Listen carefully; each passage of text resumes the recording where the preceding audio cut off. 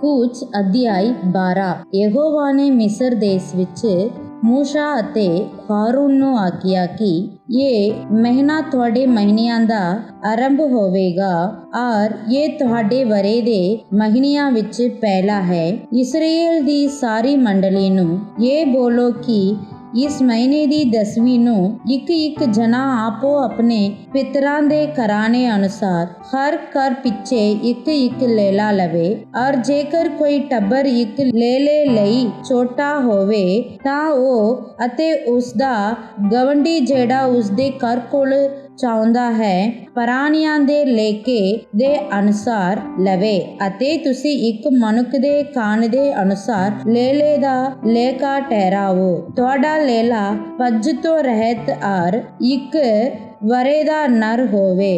ਤੁਸੀਂ ਭੇਡਾਂ ਜਾਂ ਬੱਕਰੀਆਂ ਤੋਂ ਲਿਓ ਅਤੇ ਤੁਸੀਂ ਉਸ ਨੂੰ ਇਸ ਮਹੀਨੇ ਦੀ 34ਵੀਂ ਤੀਕ ਰੱਖ ਛੱਡਣਾ।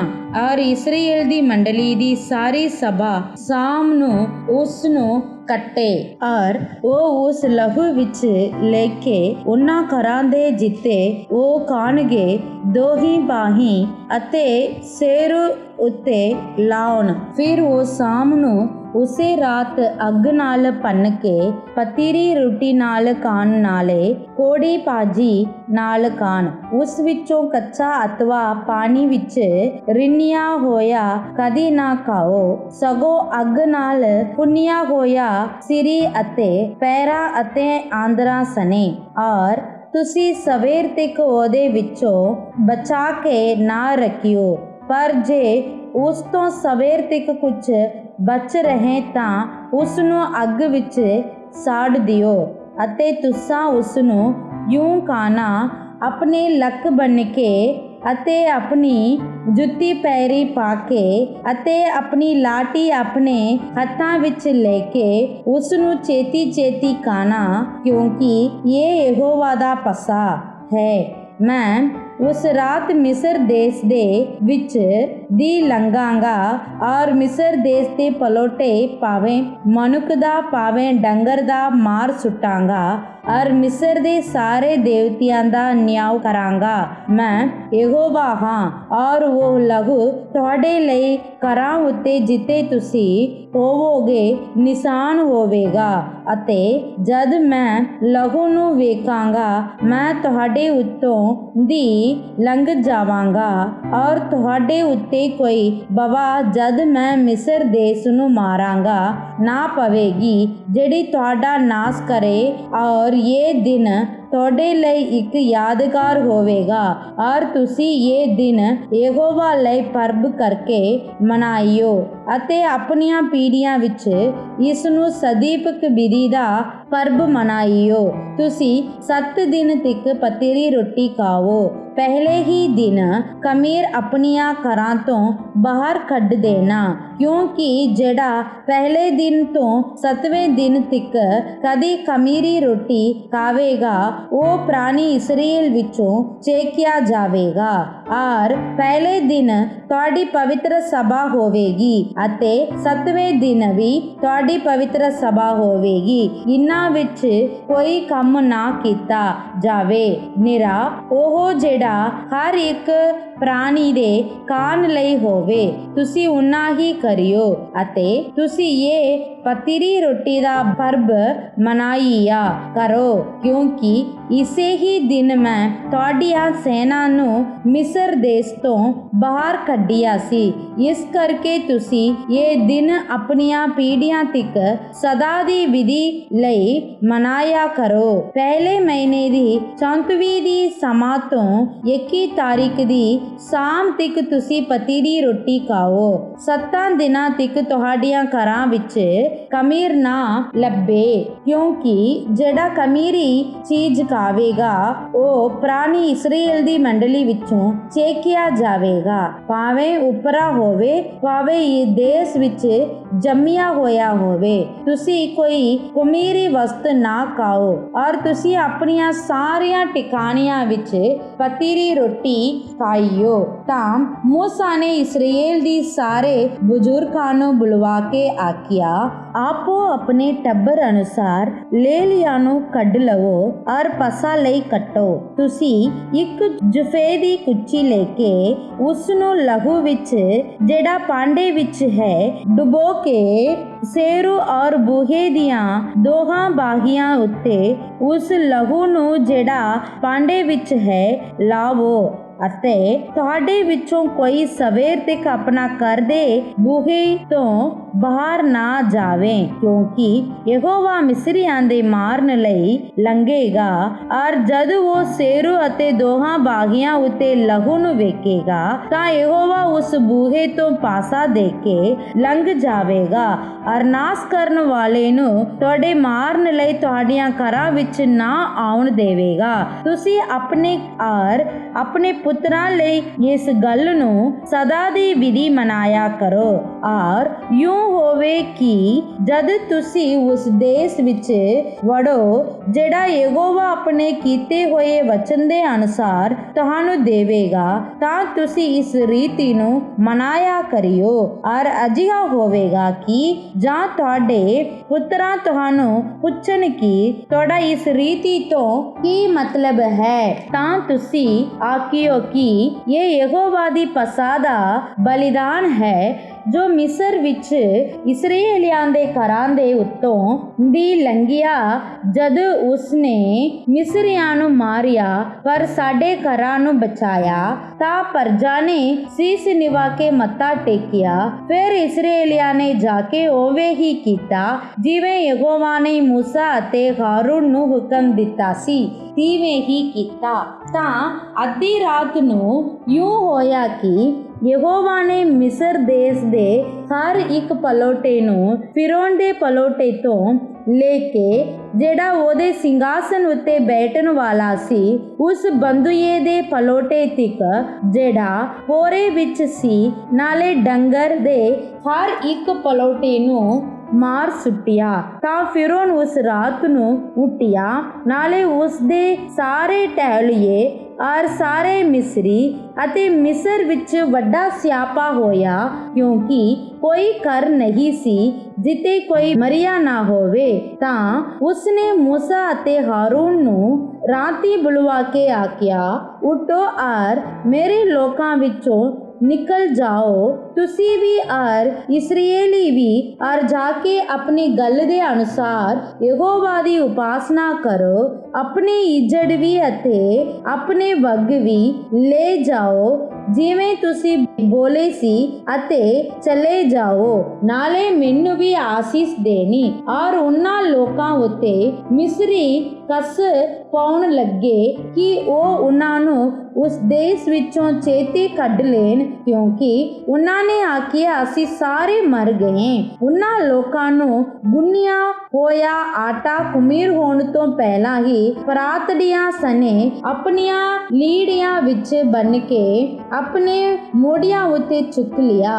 ਔਰ ਇਸਰਾਏਲੀਆਂ ਨੇ ਮੂਸਾ ਦੇ ਬੋਲਣ ਦੇ ਅਨੁਸਾਰ ਕੀਤਾ ਔਰ ਮਿਸਰੀਆਂ ਤੋਂ ਚਾਂਦੀ ਦੇ ਗਹਿਣੇ ਅਤੇ ਸੋਨੇ ਦੇ ਗਹਿਣੇ ਅਤੇ ਲੀੜੇ ਉਹਨਾਂ ਨੇ ਮੰਗ ਲਏ। ਯਹੋਵਾ ਨੇ ਉਹਨਾਂ ਲੋਕਾਂ ਨੂੰ ਮਿਸਰੀਆਂ ਦੀ ਨਿਗਾਹ ਵਿੱਚ ਆਦਰ ਮਾਣ ਦਿੱਤਾ, ਸੋ ਉਹਨਾਂ ਨੇ ਜੋ ਮੰਗਿਆ ਉਹਨਾਂ ਨੇ ਦੇ ਦਿੱਤਾ। ਯੋ ਉਹਨਾਂ ਨੇ ਮਿਸਰੀਆਂ ਨੂੰ ਲੁੱਟ ਲਿਆ।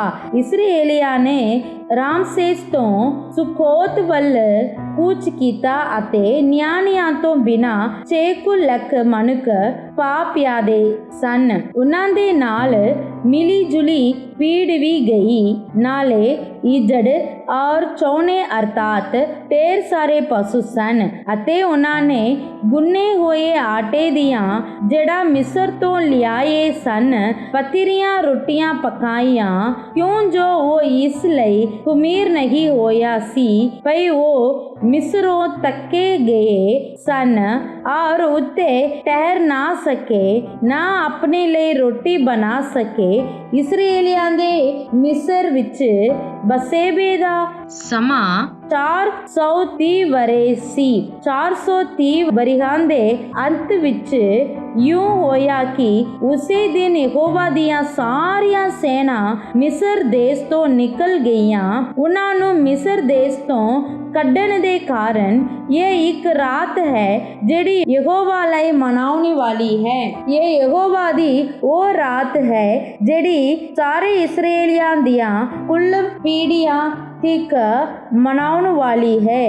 ਯਹੋਵਾ ਨੇ ਮੂਸਾ ਅਤੇ ਹਾਰੂਨ ਨੂੰ ਆਖਿਆ, ਇਹ ਪਸਾ ਦੀ ਵਿਧੀ ਹੈ, ਕੋਈ ਉਪਰਾ ਉਸ ਵਿੱਚੋਂ ਨਾ ਖਾਵੇ, ਪਰ ਮਨੁੱਖ ਦਾ ਹਰ ਟਹਿਲੂਆ ਚਾਂਦੀ ਨਾਲ ਮੁੱਲ ਲਿਆ ਹੋਇਆ ਜਦ ਉਸ ਦੀ ਸੁੰਨਤ ਕਰ ਦਿੱਤੀ ਹੋਵੇ ਤਦ ਉਹ ਉਸ ਵਿੱਚੋਂ ਖਾਵੇ। ਪਰਦੇਸੀ ਅਤੇ ਮਜ਼ਦੂਰ ਉਸ ਵਿੱਚੋਂ ਨਾ ਖਾਣ। ਇੱਕੋ ਹੀ ਘਰ ਵਿੱਚ ਉਹ ਖਾਧਾ ਜਾਵੇ। ਤੁਸੀਂ ਉਸ ਘਰ ਤੋਂ ਬਾਹਰ ਮਾਸ ਵਿੱਚੋਂ ਕੁਝ ਨਾ ਲੈ ਜਾਈਓ, ਨਾ ਉਸ ਦੀ ਕੋਈ ਹੱਡੀ ਤੋੜਿਓ। ਇਸਰਾਏਲ ਦੀ ਸਾਰੀ ਮੰਡਲੀ ਉਸ ਨੂੰ ਮਨਾਇਆ ਕਰੇ। ਜਦ ਤੁਹਾਡੇ ਨਾਲ ਕੋਈ ਉਪਰਾ ਟਿਕਿਆ ਹੋਇਆ ਹੋਵੇ ਅਤੇ ਉਹ ਯਹੋਵਾ ਲਈ ਪਸਾ ਕਰਨੀ ਚਾਹੇ ਤਾਂ ਉਸ ਦੇ ਹਰ ਇੱਕ ਨਰ ਦੀ ਸੁੰਨਤ ਕੀਤੀ ਜਾਵੇ। ਫਿਰ ਉਹ ਨੇੜੇ ਆ ਕੇ ਉਹਨੂੰ ਮਨਾਵੇ ਅਤੇ ਯੂੰ ਉਹ ਦੇਸ਼ ਦੇ ਜੁਮੇ ਹੋਏ ਵਾਂਗੂ ਹੋਵੇਗਾ, ਪਰ ਅਣਸੁੰਨਤ ਨਰ ਉਸ ਵਿੱਚੋਂ ਨਾ ਖਾਵੇ। ਦੇਸੀ ਔਰ ਪਰਦੇਸੀ ਲਈ ਜਿਹੜਾ ਤੁਹਾਡੇ ਵਿੱਚ ਵਸਦਾ ਹੈ ਇੱਕੋ ਹੀ ਵਿਵਸਥਾ ਹੋਵੇਗੀ। ਤਾਂ ਸਾਰੇ ਇਸਰਾਏਲੀਆਂ ਨੇ ਉਵੇਂ ਹੀ ਕੀਤਾ ਜਿਵੇਂ ਯਹੋਵਾ ਨੇ ਮੂਸਾ ਅਤੇ ਹਾਰੂਨ ਨੂੰ ਹੁਕਮ ਦਿੱਤਾ ਸੀ। ਉਹਨਾਂ ਨੇ ਤਿਵੇਂ ਹੀ ਕੀਤਾ ਅਤੇ ਉਸੇ ਦਿਨ ਯੂੰ ਹੋਇਆ ਕਿ ਯਹੋਵਾ ਇਸਰਾਏਲੀਆਂ ਦੇ ਦਲਾਂ ਦੇ ਦਲ ਮਿਸਰ ਦੇਸ਼ ਤੋਂ ਕੱਢ ਲਿਆਇਆ। ਰਾਜਿਆਂ ਦੀ ਪਹਿਲੀ ਪੋਥੀ ਅਧਿਆਇ 1। ਦਾਊਦ ਪਾਤਸ਼ਾਹ ਬੁੱਢਾ ਅਤੇ ਬਹੁਤਿਆਂ ਵਰਿਆਂ ਦਾ ਹੋ ਗਿਆ ਅਤੇ ਉਹ ਉਸ ਨੂੰ ਕੱਪੜਿਆਂ ਨਾਲ ਕੱਜਦੇ ਸਨ, ਪਰ ਉਹ ਗਰਮ ਨਹੀਂ ਹੁੰਦਾ ਸੀ। ਸੋ ਉਸ ਦੇ ਟਹਿਲੂਆਂ ਨੇ ਉਸ ਨੂੰ ਆਖਿਆ, ਭਈ ਮੇਰੇ ਸਵਾਮੀ ਪਾਤਸ਼ਾਹ ਲਈ ਇੱਕ ਮੁਟਿਆਰ ਕੁੜੀ ਪਾਲੀ ਜਾਵੇ ਜੋ ਪਾਤਸ਼ਾਹ ਦੇ ਸਨਮੁਖ ਖਲੋਤੀ ਰਿਹਾ ਕਰੇ ਅਤੇ ਉਸ ਦੀ ਸੇਵਾ ਕਰਿਆ ਕਰੇ ਅਤੇ ਤੇਰੀ ਹਿੱਕ ਨਾਲ ਲੇਟ ਰਿਹਾ ਕਰੇ, ਤਾਂ ਜੋ ਮੇਰਾ ਮਾਲਕ ਪਾਤਸ਼ਾਹ ਗਰਮ ਹੋਵੇ। ਤਾਂ ਉਹਨਾਂ ਨੇ ਇਸਰਾਏਲੀਆਂ ਦੀਆਂ ਸਾਰੀਆਂ ਹੱਦਾਂ ਵਿੱਚੋਂ ਇੱਕ ਸੋਹਣੀ ਮੁਟਿਆਰ ਪਾਲੀ। ਸੋ ਉਹਨਾਂ ਨੂੰ ਸੁਨੈਮੀ ਅਬੀਸ਼ਗ ਲੱਭੀ ਅਤੇ ਉਹ ਉਹਨੂੰ ਪਾਤਸ਼ਾਹ ਦੇ ਕੋਲ ਲੈ ਆਏ। ਉਹ ਮੁਟਿਆਰ ਡਾਢੀ ਹੀ ਸੋਹਣੀ ਸੀ। ਸੋ ਉਹ ਪਾਤਸ਼ਾਹ ਦੀ ਸੇਵਾਦਾਰਨੀ ਹੋਈ ਅਤੇ ਉਸ ਦੀ ਖਬਰ ਰੱਖਦੀ ਸੀ, ਪਰ ਪਾਤਸ਼ਾਹ ਨੇ ਉਸ ਨਾਲ ਸੰਗ ਨਾ ਕੀਤਾ। ਤਾਂ ਹਗੀਤ ਦੇ ਪੁੱਤਰ ਅਦੋਨੀਆ ਨੇ ਆਪਣੇ ਆਪ ਨੂੰ ਉੱਚਾ ਕੀਤਾ ਅਤੇ ਆਖਿਆ, ਮੈਂ ਪਾਤਸ਼ਾਹ ਬਣਾਂਗਾ। ਅਤੇ ਉਹਨੇ ਆਪਣੇ ਲਈ ਰੱਦ ਘੋੜੇ ਚੜੇ ਅਤੇ 50 ਮਨੁੱਖ ਜੋ ਉਹਦੇ ਅੱਗੇ ਅੱਗੇ ਦੌੜਨ ਤਿਆਰ ਕੀਤੇ। ਉਹਦੇ ਪਿਤਾ ਨੇ ਇਹ ਆਖ ਕੇ ਉਹਨੂੰ ਕਦੀ ਨਾ ਉਦਾਸ ਕੀਤਾ, ਭਈ ਤੈਂ ਇਉਂ ਕਿਉਂ ਕੀਤਾ। ਉਹ ਵੀ ਵੱਡਾ ਸੁੰਦਰ ਸੀ ਅਤੇ ਉਹ ਅਬਸਲੋਮ ਦੇ ਪਿੱਛੋਂ ਜੰਮਿਆ ਸੀ। ਉਹ ਸਰੀਆ ਦੇ ਪੁੱਤਰ ਯੋਆਬ ਅਤੇ ਅਬਿਆਤਾਰ ਜਾਜਕ ਨਾਲ ਗੱਲਾਂ ਕਰਦਾ ਸੀ ਅਤੇ ਇਹ ਅਦੋਨੀਆ ਦੇ ਮਗਰ ਲੱਗ ਕੇ ਉਹਦੀ ਸਹਾਇਤਾ ਕਰਦੇ ਸਨ। ਪਰ ਸਾਦੋਕ ਜਾਜਕ और अहोयादा ਦਾ ਪੁੱਤਰ बनाया और नातान नबी और सिम्मे और रोही और दाऊद ਦੇ ਸੂਰਬੀਰ ਅਦੋਨੀਆ ਦੇ ਨਾਲ ਨਹੀਂ ਸਨ। ਤਾਂ ਅਦੋਨੀਆ ਨੇ ਭੇਡਾਂ, ਬਲਦ ਅਤੇ ਮੋਟੇ-ਮੋਟੇ ਪਸ਼ੂ ਜੋਹਲਤ ਪੱਥਰ ਉੱਤੇ ਜੋ ਐਨ ਰੋਗੇਲ ਦੇ ਕੋਲ ਹੈ ਵੱਡੇ ਅਤੇ ਆਪਣੇ ਸਾਰੇ ਭਰਾ ਅਰਥਾਤ ਪਾਤਸ਼ਾਹ ਦੇ ਪੁੱਤਰ ਅਤੇ ਯਹੂਦਾ ਦੇ ਸਭ ਮਨੁੱਖਾਂ ਜਿਹੜੇ ਪਾਤਸ਼ਾਹ ਦੇ ਟਹਿਲੂਏ ਸਨ ਸੱਦੇ। ਪਰ ਨਾਤਾਨ ਨਬੀ और बनाया और सूरबीर और अपने ਭਰਾ ਸੁਲੇਮਾਨ ਨੂੰ ਨਾ ਸੱਦਿਆ। ਤਾਂ ਨਾਤਾਨ ਨੇ ਸੁਲੇਮਾਨ ਦੀ ਮਾਤਾ ਬਤਸ਼ਬਾ ਨੂੰ ਆਖਿਆ, ਕੀ ਤੁਸੀਂ ਨਹੀਂ ਸੁਣਿਆ ਕਿ ਹਕੀਤ ਦਾ ਪੁੱਤਰ ਅਦੋਨੀਆ ਰਾਜ ਕਰਦਾ ਹੈ ਅਤੇ ਸਾਡੇ ਮਾਲਕ ਦਾਊਦ ਨੂੰ ਉਸ ਦੀ ਖਬਰ ਵੀ ਨਹੀਂ। ਹੁਣ ਤੁਸੀਂ ਜਾਓ, ਮੈਂ ਤੁਹਾਨੂੰ ਸਲਾਹ ਦਿਆਂ ਭਈ ਤੁਸੀਂ ਆਪਣੇ ਅਤੇ ਆਪਣੇ ਪੁੱਤਰ ਸੁਲੇਮਾਨ ਦੀ ਜਿੰਦ ਬਚਾ ਸਕੋ। ਤੁਸੀਂ ਜਾਓ ਅਤੇ ਦਾਊਦ ਪਾਦਸ਼ਾਹ ਕੋਲ ਅੰਦਰ ਜਾ ਕੇ ਉਹਨੂੰ ਆਖੋ, ਹੇ ਮੇਰੇ ਮਾਲਕ ਪਾਦਸ਼ਾਹ, ਭਲਾ ਤੈਂ ਆਪਣੀ ਟਹਿਲਣ ਨਾਲ ਸਹੁੰ ਖਾ ਕੇ ਨਹੀਂ ਆਖਿਆ ਸੀ ਭਈ ਸੱਚਮੁੱਚ ਤੇਰਾ ਪੁੱਤਰ ਸੁਲੇਮਾਨ ਮੇਰੇ ਪਿੱਛੋਂ ਰਾਜ ਕਰੇਗਾ ਅਤੇ ਉਹ ਹੀ ਮੇਰੀ ਰਾਜਗਦੀ ਉੱਤੇ ਬੈਠੇਗਾ। ਫਿਰ ਅਦੋਨੀਆ ਕਿਉਂ ਰਾਜ ਕਰਦਾ ਹੈ? ਵੇਖੋ, ਤੁਹਾਡੇ ਪਾਦਸ਼ਾਹ ਨਾਲ ਗੱਲ ਕਰਨ ਦੇ ਵੇਲੇ ਮੈਂ ਵੀ ਤੁਹਾਡੇ ਮਗਰ ਅੰਦਰ ਆਵਾਂਗਾ ਅਤੇ ਤੁਹਾਡੀਆਂ ਗੱਲਾਂ ਲਈ ਉਪਰਾਲਾ ਕਰਾਂਗਾ।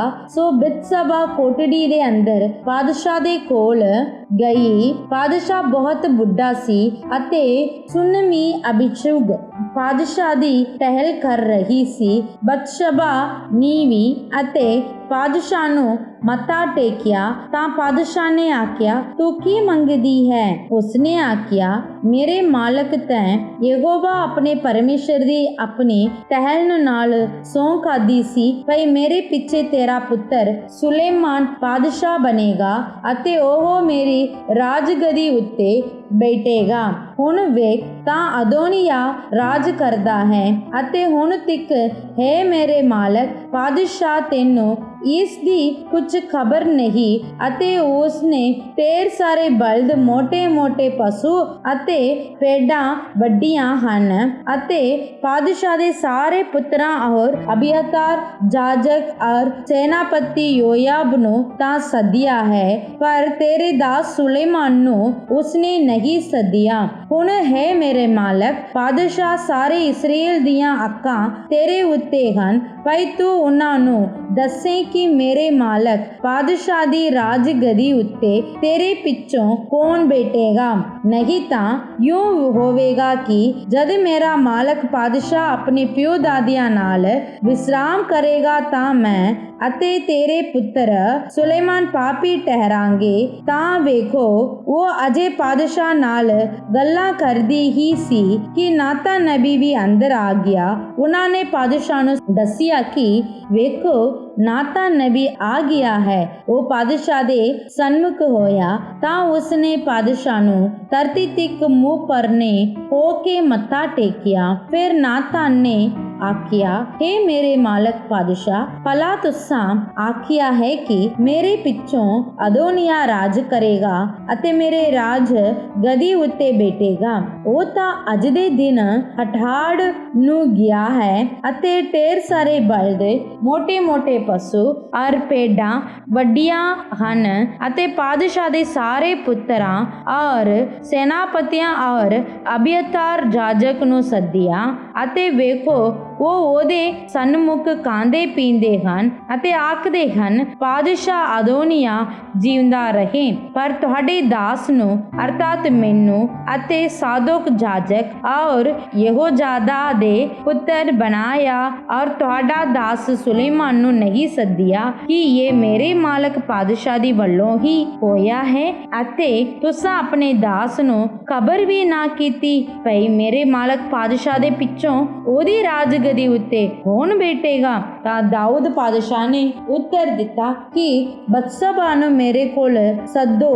ਸੋ ਪਾਦਸ਼ਾਹ ਦੇ ਸਨਮੁਖ ਅੰਦਰ ਆਈ ਅਤੇ ਪਾਦਸ਼ਾਹ ਦੇ ਸਨਮੁਖ ਖਲੋਤੀ ਰਹੀ। ਪਾਦਸ਼ਾਹ ਨੇ ਸਹੁੰ ਖਾ ਕੇ ਆਖਿਆ, ਜਿਉਂਦੇ ਯਹੋਵਾ ਦੀ ਸਹੁੰ, ਜਿਸ ਮੇਰੇ ਪ੍ਰਾਣਾਂ ਨੂੰ ਸਾਰੀਆਂ ਦੁੱਖਾਂ ਤੋਂ ਛੁਡਾਇਆ, ਜਿਵੇਂ ਮੈਂ ਯਹੋਵਾ ਇਸਰਾਏਲ ਦੇ ਪਰਮੇਸ਼ਰ ਦੀ ਸਹੁੰ ਖਾ ਕੇ ਤੈਨੂੰ ਆਖਿਆ ਸੀ ਭਈ ਸੱਚਮੁੱਚ ਤੇਰਾ ਪੁੱਤਰ ਸੁਲੇਮਾਨ ਮੇਰੇ ਪਿੱਛੋਂ ਪਾਦਸ਼ਾਹ ਬਣੇਗਾ ਅਤੇ ਮੇਰੇ ਤਾਂ ਮੇਰੀ ਰਾਜਗਦੀ ਉੱਤੇ ਉਹ ਹੀ ਬੈਠੇਗਾ। ਸੋ ਮੈਂ ਅੱਜ ਦੇ ਦਿਨ ਤਿਹਾਈ ਕਰਾਂਗਾ। ਤਦ ਬਤਸ਼ਬਾ ਧਰਤੀ ਉੱਤੇ ਮੂੰਹ ਪਰਨੇ ਡਿੱਗੀ ਔਰ ਪਾਦਸ਼ਾਹ ਦੇ ਅੱਗੇ ਮੱਥਾ ਟੇਕ ਕੇ ਆਖਿਆ, ਮੇਰਾ ਮਾਲਕ ਪਾਦਸ਼ਾਹ ਦਾਊਦ ਸਦਾ ਤੱਕ ਜਿਉਂਦਾ ਰਹੇ। ਅੱਗੋਂ ਦਾਊਦ ਪਾਦਸ਼ਾਹ ਨੇ ਆਖਿਆ, ਸਾਦੋਕ ਜਾਜਕ ਔਰ ਨਾਤਾਨ ਨਬੀ ਔਰ ਯਹੋਜਾਦਾ ਦੇ ਪੁੱਤਰ ਬਨਿਆ ਨੂੰ ਮੇਰੇ ਕੋਲ ਸੱਦੋ। ਸੋ ਉਹ ਪਾਦਸ਼ਾਹ ਦੇ ਸਨਮੁਖ ਆਏ ਤਾਂ ਪਾਤਸ਼ਾਹ ਨੇ ਉਹਨਾਂ ਨੂੰ ਆਖਿਆ, ਆਪਣੇ ਮਾਲਕ ਦੇ ਟਹਿਲੂਆਂ ਨੂੰ ਆਪਣੇ ਨਾਲ ਲਵੋ ਅਤੇ ਮੇਰੇ ਪੁੱਤਰ ਸੁਲੇਮਾਨ ਨੂੰ ਮੇਰੇ ਕੱਛਰ ਉੱਤੇ ਚੜਾਵੋ ਔਰ ਉਸ ਨੂੰ ਗਿਹੋਨ ਕੋਲ ਲੈ ਜਾਵੋ। ਉਤੇ ਸਾਦੋਕ ਜਾਜਕ ਔਰ ਨਾਤਾਨ ਨਬੀ ਉਸ ਨੂੰ ਮਸਾ ਕਰਕੇ ਇਸਰਾਏਲ ਦਾ ਪਾਤਸ਼ਾਹ ਬਣਾਓ ਅਤੇ ਤੁਸੀਂ ਤੂਰੀ ਵਜਾ ਕੇ ਆਖੋ, ਸੁਲੇਮਾਨ ਪਾਤਸ਼ਾਹ ਜਿਉਂਦਾ ਰਹੇ। ਫਿਰ ਤੁਸੀਂ ਉਹਦੇ ਮਗਰੇ ਮਗਰ ਹੋ ਕੇ ਉਤਾਹਾਂ ਚੱਲੇ ਆਵੋ ਤਾਂ ਜੋ ਉਹ ਆਵੇ ਅਤੇ ਮੇਰੀ ਰਾਜਗਦੀ ਉੱਤੇ ਬੈਠ ਜਾਵੇ, ਕਿਉਂ ਜੋ ਉਹ ਮੇਰੇ ਤਾਂ ਪਾਤਸ਼ਾਹ ਬਣੇਗਾ। ਇਸ ਲਈ ਭਈ ਮੈਂ ਉਸ ਨੂੰ ਠਹਿਰਾ ਦਿੱਤਾ ਹੈ ਕਿ ਇਸਰਾਏਲ ਅਤੇ ਯਹੂਦਾ ਉੱਤੇ ਟਿਕਾ ਰਾਜਾ ਹੋਵੇ। ਤਾਂ ਯਹੋਯਾਦਾ ਦੇ ਪੁੱਤਰ ਬਨਾਇਆ ਨੇ ਪਾਤਸ਼ਾਹ ਨੂੰ ਉੱਤਰ ਦੇ ਕੇ ਆਖਿਆ, ਸਤ ਵਚਨ ਯਹੋਵਾ ਮੇਰੇ ਮਾਲਕ ਪਾਤਸ਼ਾਹ ਦਾ ਪਰਮੇਸ਼ਰ ਐਵੇਂ ਹੀ ਆਖੇ, ਜਿਹਾ ਯਹੋਵਾ ਮੇਰੇ ਮਾਲਕ ਪਾਤਸ਼ਾਹ ਦੇ ਨਾਲ ਸੀ ਤਿਹਾ ਹੀ ਸੁਲੇਮਾਨ ਦੇ ਨਾਲ ਹੋਵੇ ਅਤੇ ਉਹਦੀ ਰਾਜਗਦੀ ਨੂੰ ਮੇਰੇ ਮਾਲਕ ਪਾਤਸ਼ਾਹ ਦਾਊਦ ਦੀ ਰਾਜਗਦੀ ਨਾਲੋਂ ਵਧਾਵੇ। ਸੋ ਸਾਦੋਕ ਜਾਜਕ ਅਤੇ ਨਾਤਾਨ ਨਬੀ ਅਤੇ ਯਹੋਯਾਦਾ ਦਾ ਪੁੱਤਰ ਬਨਾਇਆ ਅਤੇ ਕਰੈਤੀ ਔਰ ਪਲੇਤੀ ਢਾੜ ਨੂੰ ਗਏ ਅਤੇ ਸੁਲੇਮਾਨ ਨੂੰ ਦਾਊਦ ਪਾਤਸ਼ਾਹ ਦੀ ਕੱਛਰ ਉੱਤੇ ਚੜਾ ਕੇ ਗਿਹੋਨ ਕੋਲ ਲੈ ਆਏ। ਤਾਂ ਸਾਦੋਕ ਜਾਜਕ ਨੇ ਤੰਬੂ ਵਿੱਚੋਂ ਇੱਕ ਤੇਲ ਦਾ ਸਿੰਘ ਲਿਆ ਅਤੇ ਸੁਲੇਮਾਨ ਨੂੰ ਮਸਾ ਕੀਤਾ। ਜਦ ਉਹਨਾਂ ਦੂਰੀ ਵਜਾਈ ਅਤੇ ਸਭ ਦੇ ਸਭ ਬੋਲ ਉੱਠੇ, ਸੁਲੇਮਾਨ ਪਾਤਸ਼ਾਹ ਜਿਉਂਦਾ ਰਹੇ। ਤਾਂ ਸਭ ਲੋਕ ਉਸ ਦੇ ਮਗਰ ਉਤਾਹਾਂ ਆਏ ਅਤੇ ਲੋਕ ਮੰਜਲੀਆਂ ਵਜਾਉਂਦੇ ਤੁਰੇ ਜਾਂਦੇ ਸਨ ਅਤੇ ਵੱਡਾ ਆਨੰਦ ਕਰਦੇ ਸਨ। ਅਜਿਹਾ ਜੋ ਧਰਤੀ ਉਹਨਾਂ ਦੀ ਆਵਾਜ਼ ਨਾਲ ਖਿਲ ਗਈ। ਤਾਂ ਅਦੋਨੀਆ ਅਤੇ ਉਸਦੇ ਨਾਲ ਦੇ ਸਾਰੇ ਪਰਾਉਣਿਆਂ ਨੇ ਜਾਂ ਉਹ ਰੋਟੀ ਖਾ ਕੇ ਹਟੇ ਹੀ ਸਨ ਤਾਂ ਇਹ ਆਵਾਜ਼ ਸੁਣੀ ਅਤੇ ਆਖਿਆ, ਸ਼ਹਿਰ ਵਿੱਚ ਇਹ ਰੋਲੇ ਦੀ ਆਵਾਜ਼ ਕੀ ਹੈ। ਉਹ ਅਜੇ ਇਹ ਬੋਲਦਾ ਹੀ ਸੀ ਤਾਂ ਵੇਖੋ, ਅਬੀਅਤਾਰ ਜਾਜਕ ਦਾ ਪੁੱਤਰ ਯੋਨਤਾਨ ਆਇਆ ਅਤੇ ਅਦੋਨੀਆ ਨੇ ਉਸ ਨੂੰ ਆਖਿਆ, ਅੰਦਰ ਆ ਜਾ, ਕਿਉਂ ਜੋ ਤੂੰ ਸੂਰਮਾ ਮਨੁੱਖ ਹੈ ਅਤੇ ਚੰਗੀ ਖਬਰ ਲਿਆਇਆ ਹੋਵੇਗਾ। ਤਾਂ ਯੋਨਤਾਨ ਨੇ ਉੱਤਰ ਦਿੱਤਾ ਅਤੇ ਅਦੋਨੀਆ ਨੂੰ ਆਖਿਆ, ਸੱਚਮੁੱਚ ਸਾਡੇ ਮਾਲਕ ਪਾਤਸ਼ਾਹ ਦਾਊਦ ਨੇ ਸੁਲੇਮਾਨ ਨੂੰ ਪਾਤਸ਼ਾਹ ਬਣਾ ਦਿੱਤਾ ਹੈ ਅਤੇ ਪਾਤਸ਼ਾਹ ਨੇ ਸਾਦੋਕ ਜਾਜਕ ਔਰ ਨਾਤਾਨ ਨਬੀ ਔਰ ਯਹੋਯਾਦਾ ਦੇ ਪੁੱਤਰ ਬਨਾਇਆ ਅਤੇ ਕਰੈਤੀ ਅਤੇ ਪਲੇਤੀ ਉਹਦੇ ਨਾਲ ਕੱਲੇ। ਉਹਨਾਂ ਨੇ ਪਾਤਸ਼ਾਹ ਦੀ ਕੱਛਰ ਉੱਤੇ ਉਹਨੂੰ ਚੜਾਇਆ ਅਤੇ ਸਾਦੋਕ ਜਾਜਕ ਅਤੇ ਨਾਤਾਨ ਨਬੀ ਨੇ ਗਿਹੋਨ ਵਿੱਚ ਉਹਨੂੰ ਪਾਤਸ਼ਾਹ ਹੋਣ ਲਈ ਮਸਾ ਕੀਤਾ। ਸੋ ਉਹ ਉਤੋਂ ਅਜਿਹਾ ਆਨੰਦ ਕਰਦੇ ਮੁੜੇ ਸਨ। ਸੋ ਸ਼ਹਿਰ ਗੱਜ ਉੱਠਿਆ ਹੈ। ਉਹ ਗੱਜ ਦੀ ਆਵਾਜ਼ ਤੁਸਾਂ ਤੋਂ ਸੁਣੀ ਅਤੇ ਸੁਲੇਮਾਨ ਰਾਜ ਗਦੀ ਉਤੇ ਬੈਠ ਗਿਆ ਹੈ। ਨਾਲ ਪਾਤਸ਼ਾਹ ਦੇ ਟਹਿਲੂਆ ਆ ਕੇ ਸਾਡੇ ਮਾਲਕ ਪਾਤਸ਼ਾਹ ਦਾਊਦ ਨੂੰ ਮੁਬਾਰਕਬਾਦੀ ਦੇ ਰਹੇ ਹਨ ਕਿ ਤੁਹਾਡਾ ਪਰਮੇਸ਼ਰ ਸੁਲੇਮਾਨ ਦੇ ਨਾਮ ਨੂੰ ਤੁਹਾਡੇ ਨਾਮ ਨਾਲੋਂ ਉਜਾਗਰ ਕਰੇ ਅਤੇ ਉਹਦੀ ਰਾਜਗਦੀ ਨੂੰ ਤੁਹਾਡੇ ਰਾਜਗਦੀ ਨਾਲੋਂ ਵਧਾਵੇ। ਤਾਂ ਪਾਤਸ਼ਾਹ ਨੇ ਮੰਜੇ ਉੱਤੇ ਆਪਣੇ ਆਪ ਨੂੰ ਨਿਭਾਇਆ। ਪਾਤਸ਼ਾਹ ਨੇ ਵੀ ਇਉਂ ਆਖਿਆ, ਯਹੋਵਾ ਇਸਰਾਏਲ ਦਾ ਪਰਮੇਸ਼ਰ ਮੁਬਾਰਕ ਹੈ, ਜਿਸ ਅੱਜ ਦੇ ਦਿਨ ਇੱਕ ਪੁੱਤਰ ਦਿੱਤਾ ਜਿਹੜਾ ਮੇਰੀਆਂ ਅੱਖਾਂ ਦੇ ਵੇਖਦਿਆਂ ਮੇਰੀ ਰਾਜਗਦੀ ਉੱਤੇ ਬੈਠਾ ਹੈ। ਤਾਂ ਸਾਰੇ ਪਰਾਉਣੇ ਜਿਹੜੇ ਅਦੋਨੀਆ ਦੇ ਨਾਲ ਸਨ ਕਾਬਰ ਕੇ ਉੱਠ ਖਲੋਤੇ ਅਤੇ ਹਰ ਮਨੁੱਖ ਆਪਣੇ ਆਪਣੇ ਰਾਹ ਤੁਰ ਗਿਆ। ਉਪਰੰਤ ਅਦੋਨੀਆ ਸੁਲੇਮਾਨ ਦੇ ਅੱਗੋਂ ਡਰ ਕੇ ਉੱਠਿਆ ਅਤੇ ਜਗਵੇਦੀ ਦੇ ਸਿੰਘਾਂ ਨੂੰ ਕੁੱਟ ਕੇ ਜਾ ਵੜਿਆ।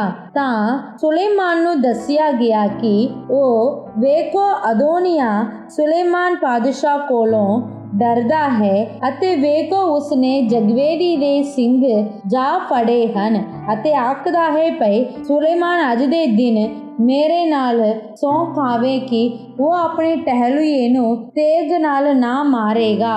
ਤਾਂ ਸੁਲੇਮਾਨ ਨੇ ਆਖਿਆ, ਜੇ ਉਹ ਆਪਣੇ ਆਪ ਨੂੰ ਭਲਾ ਮਾਨਸ ਬਣਾ ਕੇ ਵਿਖਾਵੇ ਤਾਂ ਉਸਦਾ ਇੱਕ ਵਾਲ ਵੀ ਧਰਤੀ ਉੱਤੇ ਨਾ ਡਿੱਗੇਗਾ, ਪਰ ਜੇ ਕਦੀ ਉਸ ਵਿੱਚ ਕੋਈ ਬੁਰੀਆਈ ਪਾਈ ਗਈ ਤਾਂ ਮਾਰ ਦਿੱਤਾ ਜਾਵੇਗਾ। ਸੋ ਸੁਲੇਮਾਨ ਪਾਤਸ਼ਾਹ ਨੇ ਲੋਕ ਕੱਲੇ ਅਤੇ ਉਹ ਉਸ ਨੂੰ ਜਗਵੇਦੀ ਤੋਂ ਹੇਠਾਂ ਲਾ ਲਿਆਏ। ਉਸਨੇ ਆ ਕੇ ਸੁਲੇਮਾਨ ਪਾਤਸ਼ਾਹ ਨੂੰ ਮੱਥਾ ਟੇਕਿਆ ਔਰ ਸੁਲੇਮਾਨ ਨੇ ਉਸ ਨੂੰ ਆਖਿਆ, ਤੂੰ ਆਪਣੇ ਘਰ ਨੂੰ ਜਾ। ਪਹਿਲਾ ਰਾਜਿਆਂ ਦੀ ਪੋਥੀ ਅਧਿਆਇ 2।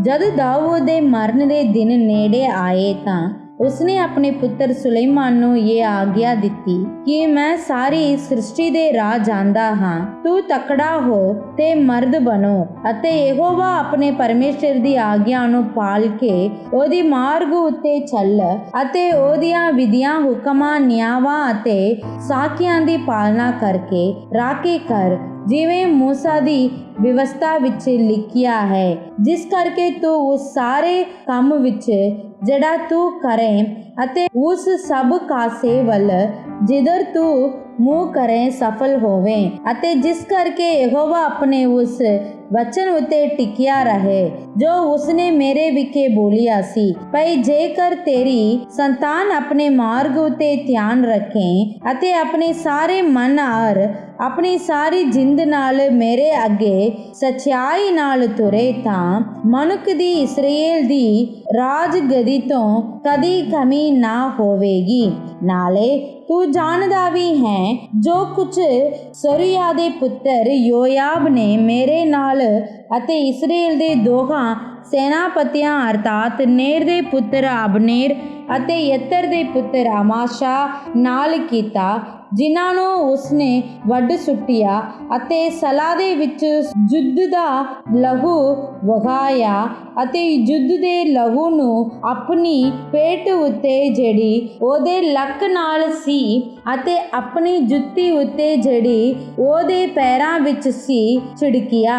ਸੋ ਤੂੰ ਆਪਣੀ ਬੁੱਧ ਦੇ ਅਨੁਸਾਰ ਕਰੀ ਅਤੇ ਉਹਦਾ ਤੌਲਾ ਸਿਰ ਸਲਾਮਤੀ ਨਾਲ ਪਤਾ ਨਾ ਲਹਿਣ ਦੇਹੀ, ਪਰ ਬਰਜ਼ਿਲਾਈ ਗੁਲਾਮੀ ਦੇ ਪੁੱਤਰ ਉੱਤੇ ਦਇਆ ਕਰੀ ਅਤੇ ਉਹਨਾਂ ਨੂੰ ਉਹਨਾਂ ਦੇ ਵਿੱਚ ਜੋ ਤੇਰੇ ਲੰਗਰ ਵਿੱਚੋਂ ਖਾਂਦੇ ਹਨ ਰਲਾ ਦੇਹੀ, ਕਿਉਂ ਜੋ ਇਸ ਵੇਲੇ ਮੈਂ ਤੇਰੇ ਭਰਾ ਅਬਸਲੋਮ ਦੇ ਅੱਗੇ ਨੱਠਾ ਸਾਂ ਤਾਂ ਉਹ ਉਵੇਂ ਹੀ ਮੇਰੇ ਕੋਲ ਆਏ ਸਨ। ਅਤੇ ਵੇਖ, ਬਹੂਰੀਮ ਦੇ ਬਿਨਯਾਮੀਨੀ ਗੇਰਾ ਦਾ ਪੁੱਤਰ ਸਿਮਾਈ ਤੇਰੇ ਨਾਲ ਹੈ।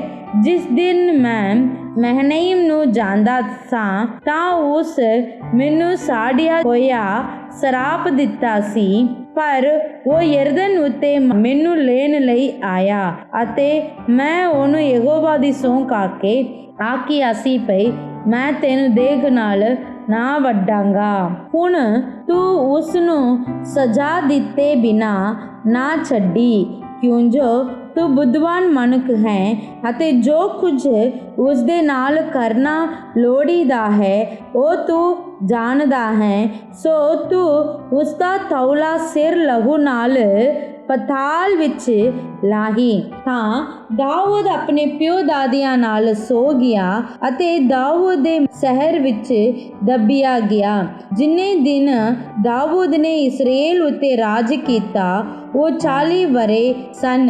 7 ਵਰੇ ਉਸ ਹਬਰੋਨ ਵਿੱਚ ਰਾਜ ਕੀਤਾ ਅਤੇ 33 ਵਰੇ ਉਹ ਯਰੂਸ਼ਲਮ ਵਿੱਚ ਰਾਜ ਕੀਤਾ। ਤਾਂ ਸੁਲੇਮਾਨ ਆਪਣੇ ਪਿਤਾ ਦਾਊਦ ਦੀ ਰਾਜ ਗਦੀ ਉੱਤੇ ਬੈਠਾ ਅਤੇ ਉਸ ਦਾ ਰਾਜ ਡਾਢਾ ਹੀ ਪੱਕਾ ਹੋ ਗਿਆ।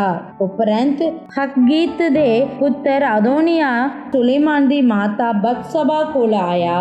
ਅਗੋਂ ਉਸ ਆਖਿਆ, ਤੂੰ ਸਲਾਹ ਨਾਲ ਆਇਆ ਹੈ? ਤਾਂ ਉਸ ਆਖਿਆ, ਸਲਾਹ ਨਾਲ। ਫਿਰ ਉਸ ਆਖਿਆ, ਮੈਂ ਤੇਰੇ ਨਾਲ ਕੀ ਗੱਲ ਕਰਨੀ ਹੈ? ਉਸ ਆਖਿਆ, ਬੋਲ। ਤਾਂ ਉਸ ਆਖਿਆ, ਤੂੰ ਜਾਣਦੀ ਹੈ ਕਿ ਰਾਜ ਤਾਂ ਮੇਰਾ ਸੀ ਅਤੇ ਉਸ ਵੇਲੇ ਸਾਰੇ ਇਸਰਾਏਲ ਦਾ ਮੂੰਹ ਮੇਰੇ ਉੱਤੇ ਸੀ ਕਿ ਮੈਂ ਰਾਜ ਕਰਾਂ, ਪਰ ਰਾਜ ਉਲਟ ਗਿਆ ਅਤੇ ਮੇਰੇ ਭਰਾ ਦਾ ਹੋ ਗਿਆ, ਕਿਉਂ ਜੋ ਉਹ ਯਹੋਵਾ ਦੀ ਵੱਲੋਂ ਉਹਦਾ ਹੀ ਸੀ।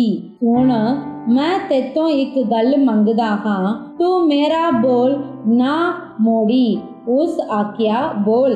ਤਾਂ ਉਸ ਆਖਿਆ, ਦਇਆ ਕਰਕੇ ਸੁਲੇਮਾਨ ਪਾਤਸ਼ਾਹ ਨੂੰ ਆਖ, ਕਿਉਂ ਜੋ ਉਹ ਤੇਰੀ ਗੱਲ ਨਾ ਮੋੜੇਗਾ ਕਿ ਉਹ ਅਭਿਸ਼ਗ ਸੁਨੇਮੀ ਨੂੰ ਮੇਰੀ ਪਤਨੀ ਹੋਣ ਲਈ ਦੇਵੇ। ਬਤਸਬਾ ਆਖਿਆ, ਚੰਗਾ, ਮੈਂ ਤੇਰੇ ਲਈ ਪਾਤਸ਼ਾਹ ਨੂੰ ਬੋਲਾਂਗੀ। ਤਾਂ ਬਤਸਬਾ ਸੁਲੇਮਾਨ ਪਾਤਸ਼ਾਹ ਕੋਲ ਅੰਦਰ ਗਈ ਪਈ ਅਦੋਨੀਆ ਲਈ ਉਹਦੇ ਨਾਲ ਗੱਲ ਕਰੇ। ਤਾਂ ਪਾਤਸ਼ਾਹ ਉਹਦੇ ਮਿਲਣ ਲਈ ਉੱਠ ਖਲੋਤਾ ਅਤੇ ਉਸਨੂੰ ਮੱਥਾ ਟੇਕਿਆ।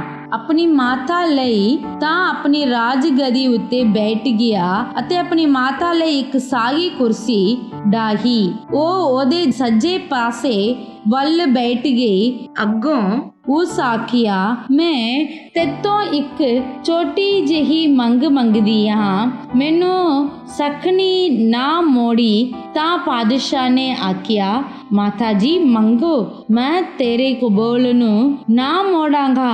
ਉਸ ਆਪਣੇ ਭਾਈ ਅਭਿਸ਼ਗ ਸੁਨਮੀ ਆਪਣੇ ਭਰਾ ਅਦੋਨੀਆ ਨੂੰ ਪਤਨੀ ਹੋਣ ਲਈ ਦੇ ਛੱਡ।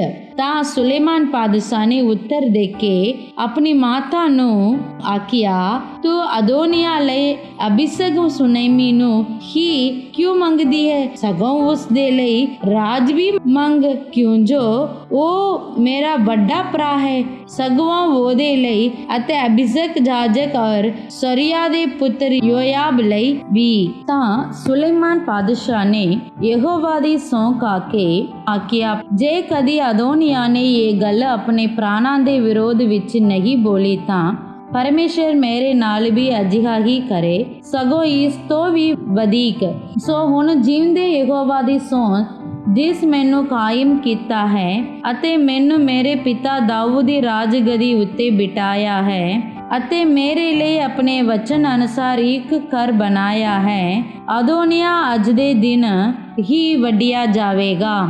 ਤਾਂ ਸੁਲੇਮਾਨ ਪਾਤਸ਼ਾਹ ਨੇ ਯਹੋਯਾਦਾ ਦੇ ਪੁੱਤਰ ਬਨਾਇਆ ਨੂੰ ਘੱਲਿਆ ਅਤੇ ਉਹ ਉਸ ਉੱਤੇ ਅਜਿਹਾ ਆਣ ਪਿਆ ਕਿ ਉਹ ਮਰ ਗਿਆ। ਫਿਰ ਪਾਤਸ਼ਾਹ ਨੇ ਅਬਿਆਤਾਰ ਜਾਜਕ ਨੂੰ ਆਖਿਆ, ਭਈ ਤੂੰ ਅਨਾਤੋਤ ਨੂੰ ਆਪਣੀਆਂ ਪਹਿਲੀਆਂ ਵੱਲ ਚਲਾ ਜਾ, ਕਿਉਂ ਜੋ ਤੂੰ ਮਰਨਯੋਗ ਮਨੁੱਖ ਹੈ, ਪਰ ਮੈਂ ਤੈਨੂੰ ਅੱਜ ਦੇ ਦਿਨ ਨਹੀਂ ਮਾਰਦਾ, ਕਿਉਂ ਜੋ ਤੂੰ ਮੇਰਾ ਪਿਤਾ ਦਾਊਦ ਦੇ ਸਨਮੁਖ ਯਹੋਵਾ ਪ੍ਰਭੂ ਦਾ ਸੰਦੂਕ ਚੁੱਕਦਾ ਹੁੰਦਾ ਸੈਂ ਅਤੇ ਤੂੰ ਉਹਨਾਂ ਸਭਨਾ ਦੁੱਖਾਂ ਵਿੱਚ ਜੋ ਮੇਰੇ ਪਿਤਾ ਉੱਤੇ ਆਏ ਸਨ ਸਾਂਝੀ ਰਿਹਾ। ਸੋ ਸੁਲੇਮਾਨ ਨੇ ਅਬਿਆਤਾਰ ਨੂੰ ਕੱਢ ਦਿੱਤਾ, ਭਈ ਉਹ ਯਹੋਵਾ ਦਾ ਜਾਜਕ ਨਾ ਰਹੇ, ਇਸ ਲਈ ਭਈ ਉਹ ਯਹੋਵਾ ਦਾ ਉਹ ਵਚਨ ਪੂਰਾ ਕਰੇ ਜਿਹੜਾ ਉਸ ਨੂੰ ਸੀਲੋ ਵਿੱਚ ਏਲੀ ਦੇ ਘਰਾਣੇ ਦੇ ਦੁਆਰਾ ਬੋਲਿਆ ਸੀ। ਤਾਂ ਇਹ ਖਬਰ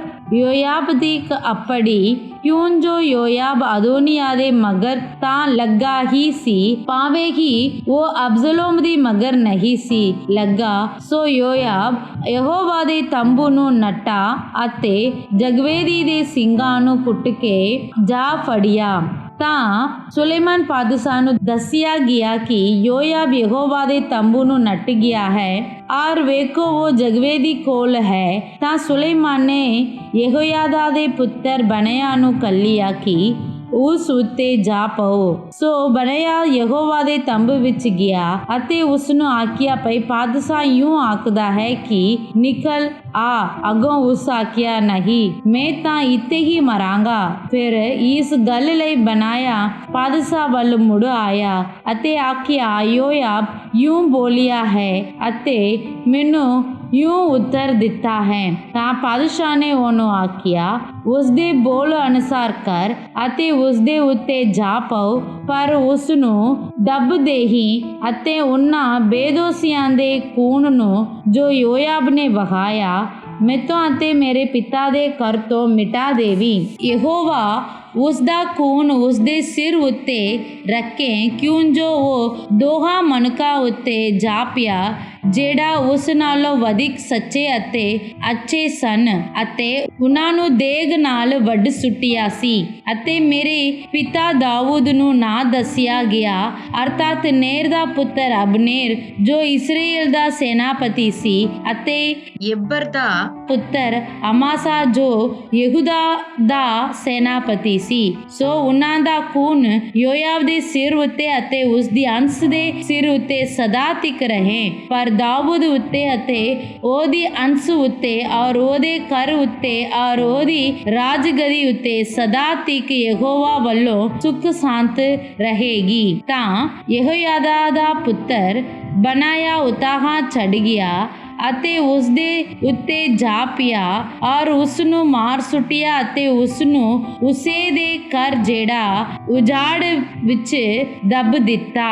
ਤਾਂ ਯਹੋਯਾਦਾ ਦੇ ਪੁੱਤਰ ਬਨਾਇਆ ਨੂੰ ਪਾਦਸ਼ਾਹ ਨੇ ਉਸ ਦੇ ਤਾਂ ਸੈਨਾਪਤੀ ਬਣਾਇਆ, ਅਤੇ ਸਾਦੋਕ ਜਾਜਕ ਨੂੰ ਪਾਦਸ਼ਾਹ ਨੇ ਅਬਿਆਤਾਰ ਦਾ ਤਾਂ ਦਿੱਤਾ। ਫਿਰ ਪਾਦਸ਼ਾਹ ਨੇ ਸਿਮei ਨੂੰ ਸੱਦ ਲਿਆ ਅਤੇ ਉਹਨੂੰ ਆਖਿਆ, ਤੂੰ ਯਰੂਸ਼ਲਮ ਵਿੱਚ ਇੱਕ ਘਰ ਬਣਾ ਕੇ ਉੱਤੇ ਟਿਕ ਅਤੇ ਉੱਤੋਂ ਕਿਤੇ ਬਾਹਰ ਨਾ ਜਾਈਂ, ਕਿਉਂ ਜੋ ਅਜਿਹਾ ਹੋਵੇਗਾ ਕਿ ਜਿਸ ਦਿਨ ਤੂੰ ਬਾਹਰ ਨਿਕਲ ਕੇ ਕਿਦਰੋਨ ਦੀ ਵਾਦੀ ਤੋਂ ਲੰਘੇਗਾ ਤਾਂ ਤੂੰ ਸੱਚਮੁੱਚ ਚੇਤੇ ਰੱਖੀ ਕਿ ਤੂੰ ਮਾਰਿਆ ਜਾਵੇਗਾ ਅਤੇ ਤੇਰਾ ਖੂਨ ਤੇਰੇ ਹੀ ਸਿਰ ਉੱਤੇ ਹੋਵੇਗਾ।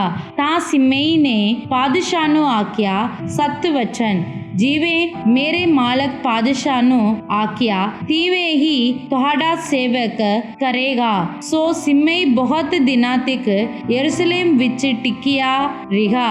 ਤਾਂ ਤੀਜੇ ਵਰੇ ਦੇ ਅੰਤ ਵਿੱਚ ਯੂੰ ਹੋਇਆ ਕਿ ਸਿਮei ਦੇ ਟਹਿਲੂਆਂ ਵਿੱਚੋਂ ਦੋ ਗਤ ਦੇ ਰਾਜਾ ਮਾਖਾ ਦੇ ਪੁੱਤਰ ਅਕੀਸ ਦੇ ਕੋਲ ਨੱਟ ਗਏ। ਤਾਂ ਸਿਮei ਨੂੰ ਦੱਸਿਆ ਗਿਆ ਕਿ ਵੇਖ ਤੇਰੇ ਟਹਿਲੂਏ ਗਤ ਵਿੱਚ ਹਨ। ਸੋ ਸਿਮei ਨੇ ਉੱਠ ਕੇ ਆਪਣੀ ਗੋਥੇ ਉੱਤੇ ਕਾਟੀ ਪਾਈ ਔਰ ਆਪਣੇ ਟਹਿਲੂਆਂ ਦੀ ਪਾਲ ਵਿੱਚ ਗਤ ਨੂੰ ਅਕੀਸ ਕੋਲ ਗਿਆ। ਉਪਰੰਤ ਸਿਮei ਗਿਆ ਅਤੇ ਗਤ ਤੋਂ ਆਪਣੀ ਟਹਿਲੂਆਂ ਨੂੰ ਮੋੜ ਲਿਆਇਆ। ਤਾਂ ਸੁਲੇਮਾਨ ਨੂੰ ਦੱਸਿਆ ਗਿਆ ਕਿ ਸਿਮei ਯਰੂਸ਼ਲਮ ਵਿੱਚੋਂ ਗਤ ਨੂੰ ਗਿਆ ਔਰ ਮੁੜ ਆਇਆ। ਤਾਂ ਪਾਦਸ਼ਾਹ ਨੇ ਸਿਮei ਨੂੰ ਸੱਦ ਲਿਆ ਅਤੇ ਉਹਨੂੰ ਆਖਿਆ ਕਿ ਮੈਂ ਤੈਨੂੰ ਯਹੋਵਾ ਦੀ ਸਹੁੰ ਨਹੀਂ ਖਵਾਈ ਸੀ ਅਤੇ ਤੈਨੂੰ ਤਕੀਦ ਨਾਲ ਨਹੀਂ ਸੀ ਆਖਿਆ, ਭਈ ਤੂੰ ਪੱਕ ਜਾਣੀ ਕਿ ਜਿਸ ਦਿਨ ਤੂੰ ਬਾਹਰ ਹੋਰ ਕਿਤੇ ਜਾਵੇਗਾ ਉਸ ਦਿਨ ਤੂੰ ਸੱਚਮੁੱਚ ਮਾਰਿਆ ਜਾਵੇਗਾ। ਅਤੇ ਤੈਂ ਮੈਨੂੰ ਆਖਿਆ ਸਤ ਵਚਨ ਮੈਂ ਗੱਲ ਸੁਣ ਲਈ ਹੈ। ਫਿਰ ਤੈਂ ਕਿਉਂ ਯਹੋਵਾ ਦੀ ਸਹੁੰ ਦੀ ਪਾਲਣਾ ਨਾ ਕੀਤੀ ਅਤੇ ਉਸ ਹੁਕਮ ਉੱਤੇ ਜਿਹੜਾ ਮੈਂ ਤੈਨੂੰ ਦਿੱਤਾ ਸੀ ਨਾ ਚੱਲਿਆ। ਤਾਂ ਪਾਦਸ਼ਾਹ ਨੇ ਸਿਮei ਨੂੰ ਆਖਿਆ, ਤੂੰ ਉਸ ਸਾਰੀ ਬੁਰੀਆਈ ਨੂੰ ਜਾਣਦਾ ਹੈ ਜਿਹੜੀ ਤੇਰੇ ਮਨ ਵਿੱਚ ਹੈ ਅਤੇ ਜਿਹੜੀ ਤੈਂ ਮੇਰੇ ਪਿਤਾ ਦਾਊਦ ਨਾਲ ਕੀਤੀ। ਸੋ ਯਹੋਵਾ ਉਸ ਬੁਰੀਆਈ ਨੂੰ ਤੇਰੇ ਸਿਰ ਉੱਤੇ ਮੋੜ ਲਿਆਵੇਗਾ, ਪਰ ਸੁਲੇਮਾਨ ਪਾਦਸ਼ਾਹ ਮੁਬਾਰਕ ਹੋਵੇਗਾ ਅਤੇ ਦਾਊਦ ਦੀ ਰਾਜਗਦੀ ਯਹੋਵਾ ਅੱਗੇ ਸਦਾ ਤੱਕ ਕਾਇਮ ਰਹੇਗੀ। ਤਾਂ ਪਾਦਸ਼ਾਹ ਨੇ ਯਹੋਯਾਦਾ ਦੇ ਪੁੱਤਰ ਬਨਾਇਆ ਨੂੰ ਹੁਕਮ ਦਿੱਤਾ। ਤਾਂ ਉਹ ਬਾਹਰ ਗਿਆ ਅਤੇ ਉਸ ਉੱਤੇ ਅਜਿਹਾ ਆਣ ਪਿਆ ਜੋ ਉਹ ਮਰ ਗਿਆ। ਸੋ ਰਾਜ ਸੁਲੇਮਾਨ ਦੇ ਹੱਥ ਵਿੱਚ ਪੱਕਾ ਹੋ ਗਿਆ। ਜਬਰਾਂ ਦੀ ਪੋਥੀ ਅਧਿਆਇ 30। हे ਯਹੋਵਾ ਮੈਂ ਤੇਰੀ ਵਡਿਆਈ ਕਰਾਂਗਾ, ਕਿਉਂ ਜੋ ਤੈਂ ਮੈਨੂੰ ਉਤਾਹਾਂ ਕੀਤੀਆਂ ਅਤੇ ਮੇਰੇ ਵੈਰੀਆਂ ਨੂੰ ਮੇਰੇ ਉੱਤੇ ਆਨੰਦ ਹੋਣ ਨਾ ਦਿੱਤਾ। हे ਯਹੋਵਾ ਮੇਰੇ ਪਰਮੇਸ਼ਰ ਮੈਂ ਤੇਰੀ ਦੁਹਾਈ ਦਿੱਤੀ ਅਤੇ ਤੈਂ ਮੈਨੂੰ ਚੰਗਿਆ ਕੀਤਾ। हे ਯਹੋਵਾ ਤੈਂ ਮੇਰੀ ਜਾਨ ਨੂੰ ਪਤਾਲੋਂ ਉਠਾ ਲਿਆ ਹੈ, ਤੈਂ ਮੈਨੂੰ ਜੀਵਦਿਆਂ ਰੱਖਿਆ ਹੈ, ਭਾਈ ਮੈਂ ਗੋਰ ਵਿੱਚ ਨਾ ਉਤਰ ਜਾਵਾਂ। हे ਯਹੋਵਾ ਦੇ ਸੰਤੋ ਉਹਦੇ ਗੁਣ ਗਾਓ ਅਤੇ ਉਹਦੀ ਪਵਿੱਤਰਤਾਈ ਚੇਤੇ ਰੱਖ ਕੇ ਉਹਦਾ ਧੰਨਵਾਦ ਕਰੋ। ਉਹਦਾ ਕ੍ਰੋਧ ਪਲ ਭਰਦਾ ਹੈ ਪਰ ਉਹਦੀ ਕਿਰਪਾ ਜੀਵਨ ਭਰਦੀ ਹੈ। ਭਾਵੇਂ ਰੋਣਾ ਰਾਤ ਨੂੰ ਟਿਕੇ ਪਰ ਸਵੇਰ ਨੂੰ ਜੈ ਜੈਕਾਰ ਹੋਵੇਗੀ। ਮੈਂ ਤਾਂ ਆਪਣੀ ਭਾਗਵਾਨੀ ਦੇ ਵੇਲੇ ਆਖਿਆ ਸੀ, ਭਈ ਮੈਂ ਕਦੀ ਨਹੀਂ ਡੋਲਾਂਗਾ। ਹੇ ਯਹੋਵਾ, ਤੈਂ ਆਪਣੀ ਕਿਰਪਾ ਦੇ ਨਾਲ ਮੇਰੇ ਪਹਾੜ ਨੂੰ ਸਥਿਰ ਰੱਖਿਆ। ਤੈਂ ਆਪਣੇ ਮੁਖ ਲੁਕਾਇਆ, ਮੈਂ ਘਬਰਾਇਆ। ਹੇ ਯਹੋਵਾ, ਮੈਂ ਤੈਨੂੰ ਪੁਕਾਰਿਆ ਅਤੇ ਪ੍ਰਭੂ ਅੱਗੇ ਮੈਂ ਇਹ ਅਰਜ਼ੋਈ ਕੀਤੀ, ਭਈ ਮੇਰੇ ਲਹੂ ਦਾ ਕੀ ਲਾਭ ਹੈ ਜਦੋਂ ਮੈਂ ਗੋਰ ਵਿੱਚ ਉਤਰ ਜਾਵਾਂ। ਭਲਾ ਕਾਕ ਤੇਰਾ ਧੰਨਵਾਦ ਕਰੇਗੀ, ਭਲਾ ਉਹ ਤੇਰੀ ਸੱਚਾਈ ਦੱਸੇਗੀ। ਹੇ ਯਹੋਵਾ, ਸੁਣ ਅਤੇ ਮੇਰੇ ਉੱਤੇ ਦਇਆ ਕਰ। ਹੇ ਯਹੋਵਾ, ਤੂੰ ਮੇਰਾ ਸਹਾਇਕ ਹੋ। ਤੈਂ ਮੇਰੇ ਪਿੱਟਣ ਨੂੰ ਨੱਚਣ ਨਾਲ ਵਟਾ ਦਿੱਤਾ। ਤੈਂ ਮੇਰਾ ਥੱਪੜ ਲਾ ਕੇ ਆਨੰਦ ਦਾ ਕਮਰ ਕੱਸਾ ਫੱਦਾ, ਭਈ ਮੇਰੀ ਜਾਨ ਤੇਰੀ ਉਸਤਤ ਗਾਵੇ ਅਤੇ ਚੁੱਪ ਨਾ ਰਹੇ। ਹੇ ਯਹੋਵਾ ਮੇਰੇ ਪਰਮੇਸ਼ਰ, ਮੈਂ ਸਦਾ ਤੇਰਾ ਧੰਨਵਾਦ ਕਰਾਂਗਾ। ਆਮੀਨ ਆਮੀਨ। ਸਭਨਾਂ ਨੂੰ ਪਿਆਰ ਭਰੀ ਜੈ ਮਸੀਹ ਦੀ। ਅੱਜ ਜੋ ਆਪਾਂ ਵਚਨ ਪੜ੍ਹਿਆ ਸੀ ਉਸ ਵਿੱਚੋਂ ਕੁਝ ਗੱਲਾਂ ਪ੍ਰਤੀ ਵੇਖਾਂਗੇ। ਕੁਝ ਦੀ ਕਿਤਾਬ ਅਧਿਆਇ 12।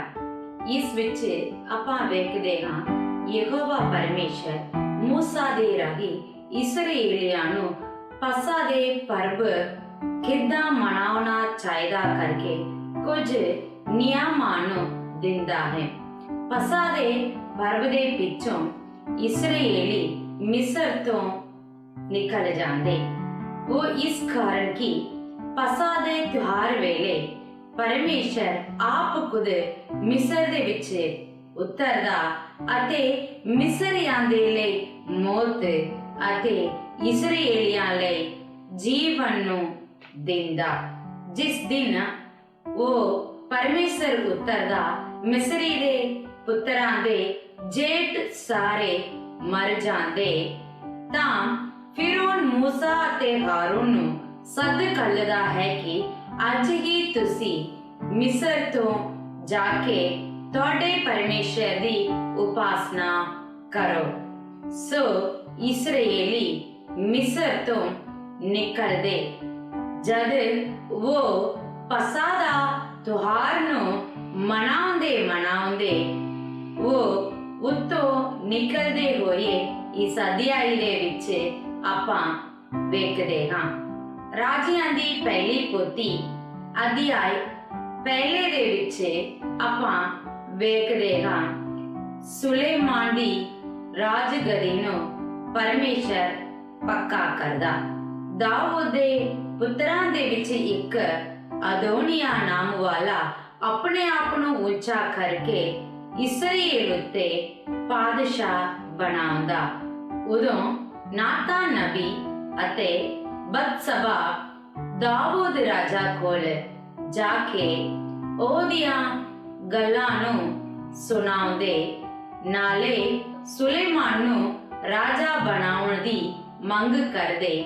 ਉੱਤੇ ਉਹ ਮੰਗ ਪੂਰਾ ਹੁੰਦਾ ਅਤੇ ਸੁਲੇਮਾਨ ਦੀ ਰਾਜਗਦੀ ਇਸਰਾਏਲ ਉੱਤੇ ਪੱਕਾ ਹੁੰਦਾ, ਕਿਉਂਕਿ ਉਹ ਯਹੋਵਾ ਵੱਲੋਂ ਕੁੱਖੋਂ ਹੀ ਰਾਜਗਦੀ ਨੂੰ ਸੁਲੇਮਾਨ ਨੂੰ ਬਖਸ਼ਿਆ ਗਿਆ ਸੀ।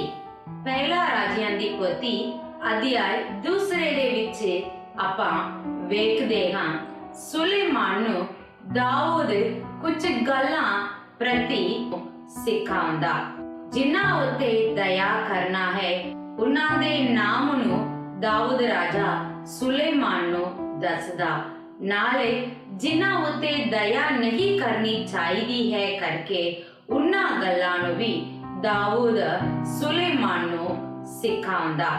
ਜਿਸ ਪ੍ਰਕਾਰ ਦਾਊਦ ਸੁਲੇਮਾਨ ਨੂੰ ਸਿਖਾਇਆ ਸੀ, ਉਵੇਂ ਹੀ ਸੁਲੇਮਾਨ ਉਹਨਾਂ ਨਾਲ ਇਸ ਅਧਿਆਇ ਦੇ ਵਿੱਚ ਕਰਦਾ। ਉਸ ਵਿੱਚੋਂ ਜੇ ਆਪਾਂ ਵੇਖੀਏ ਅਦੋਨੀ ਜਿਹੜਾ ਰਾਜਗਦੀ ਸੁਲੇਮਾਨ ਵਸ ਹੋਣ ਦੇ ਕਾਰਨ ਉਹ ਸੁਲੇਮੀ ਨੂੰ ਆਪਦੇ ਲਈ ਮੰਗ ਕਰਕੇ ਮੌਤ ਨੂੰ ਪਾਉਂਦਾ ਅਤੇ ਯੋਆਬ ਆਪਣੇ ਮੂੰਹੋਂ ਮੌਤ ਨੂੰ ਮੰਗ ਕੇ ਉੱਤੇ ਮੌਤ ਨੂੰ ਪਾ ਲੈਂਦਾ। ਇਸੇ ਪ੍ਰਕਾਰ ਸਿਮਈ ਆਪਣੇ ਚਾਲ ਚੱਲਣ ਦੇ ਕਾਰਨ ਮੌਤ ਨੂੰ ਪਾ ਲੈਂਦਾ। ਇਸ ਅਧਿਆਇ ਦੇ ਵਿੱਚ ਆਪਾਂ ਵੇਖਦੇ ਹਾਂ ਕੋਈ ਆਪਣੇ ਮੂੰਹੋਂ ਮੌਤ ਮੰਗ ਕੇ ਪਾ ਲੈਂਦਾ, ਕੋਈ ਆਪਣੀ ਚਾਲ ਚੱਲਣ ਦੇ ਕਾਰਨ, ਆਪਣੇ ਕਰਮਾਂ ਦੇ ਕਾਰਨ ਮੌਤ ਨੂੰ ਪਾ ਲੈਂਦੇ। ਜ਼ਬੂਰਾਂ ਦੀ ਪੋਥੀ ਅਧਿਆਇ 30 ਦੇ ਵਿੱਚ ਆਪਾਂ ਵੇਖਦੇ ਹਾਂ ਦਾਊਦ ਪਰਮੇਸ਼ਰ ਨੂੰ ਧੰਨਵਾਦ ਕਰਦਾ ਹੋਇਆ। ਉਹ ਇਸ ਕਾਰਨ ਧੰਨਵਾਦ ਪਰਮੇਸ਼ਰ ਨੂੰ ਕਰਦਾ ਹੈ ਕਿ ਤੂੰ ਮੈਨੂੰ ਮੌਤ ਤੋਂ ਬਚਾਇਆ, ਮੈਨੂੰ ਜਾਨ ਬਖਸ਼ੀ, ਮੈਨੂੰ ਪਤਾਲ ਦੇ ਵਿੱਚ ਉਤਰ ਨਹੀਂ ਦਿੱਤਾ, ਤੂੰ ਮੈਨੂੰ ਹਰ ਪਲ ਜਦ ਮੈਂ ਬੁਲਾਇਆ ਝਟ ਆ ਕੇ ਮੇਰੀ ਸਹਾਇਤਾ ਕੀਤਾ ਅਤੇ ਮੈਨੂੰ ਜੀਵਨ ਬਖਸ਼ਿਆ। ਇਸ ਕਾਰਨ ਉਮਰ ਪਰ ਮੈਂ ਤੇਰੀ ਉਸਤਤ ਕਰਾਂਗਾ, ਸਦਾ ਤੇਰਾ ਧੰਨਵਾਦ ਕਰਾਂਗਾ ਕਰਕੇ ਇਸ ਜ਼ਬੂਰ ਦੇ ਵਿੱਚ ਲਿਖਦਾ। ਇਨ੍ਹਾਂ ਸਾਰੇ ਅਧਿਆਇ ਦੇ ਰਾਹੀਂ ਆਪਾਂ ਵੇਖਦੇ ਹਾਂ ਜੇ ਕੋਈ ਵੀ ਪ੍ਰਭੂ ਕੋਲੋਂ ਕੁਝ ਪਾਣ ਦੀ ਆਸ ਰੱਖੇ ਤਾਂ ਉਹੀ ਉਹ ਪਾਉਣਗੇ। ਜੇ ਮੌਤ ਲਈ ਯਤਨ ਕਰੇ ਉਹ ਮੌਤ ਨੂੰ ਪਾਉਂਦੇ ਨੇ, ਜਿਹੜਾ ਜੀਵਨ ਦੇ ਲਈ ਯਤਨ ਕਰੇ ਉਹ ਜੀਵਨ ਨੂੰ ਪਾਉਂਦੇ ਨੇ। ਸੋ ਪ੍ਰਭੂ ਦੇ ਪਿਆਰਿਓ, ਆਪਾਂ ਕਦੇ ਵੀ ਆਪਣੇ ਮੂੰਹੋਂ ਬੁਰੀ ਚੀਜ਼ ਨੂੰ ਪ੍ਰਭੂ ਕੋਲੋਂ ਨਾ ਮੰਗੇ, ਹਮੇਸ਼ਾ ਚੰਗੀ ਚੀਜ਼ ਨੂੰ ਪਾਉਣ ਦੀ ਆਸ ਰੱਖਦੇ ਹੋਏ ਪ੍ਰਭੂ ਕੋਲੋਂ ਮੰਗੇ ਅਤੇ ਪ੍ਰਾਪਤ ਕਰੇ। ਇਹਨਾਂ ਸਾਰੇ ਵਚਨਾਂ ਦੇ ਰਾਹੀਂ ਪ੍ਰਭੂ ਤੁਹਾਨੂੰ ਆਸੀਸ ਦੇਵੇ। ਜੈ ਮਸੀਹ ਦੀ। God bless you.